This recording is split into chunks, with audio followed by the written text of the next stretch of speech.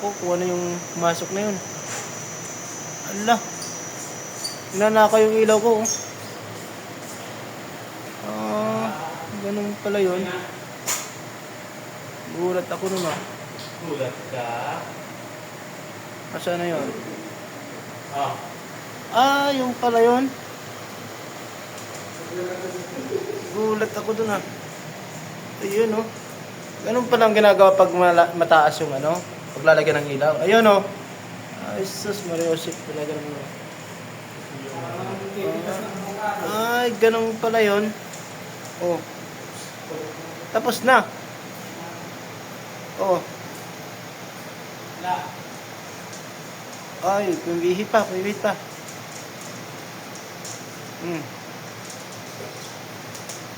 Ay, inulit.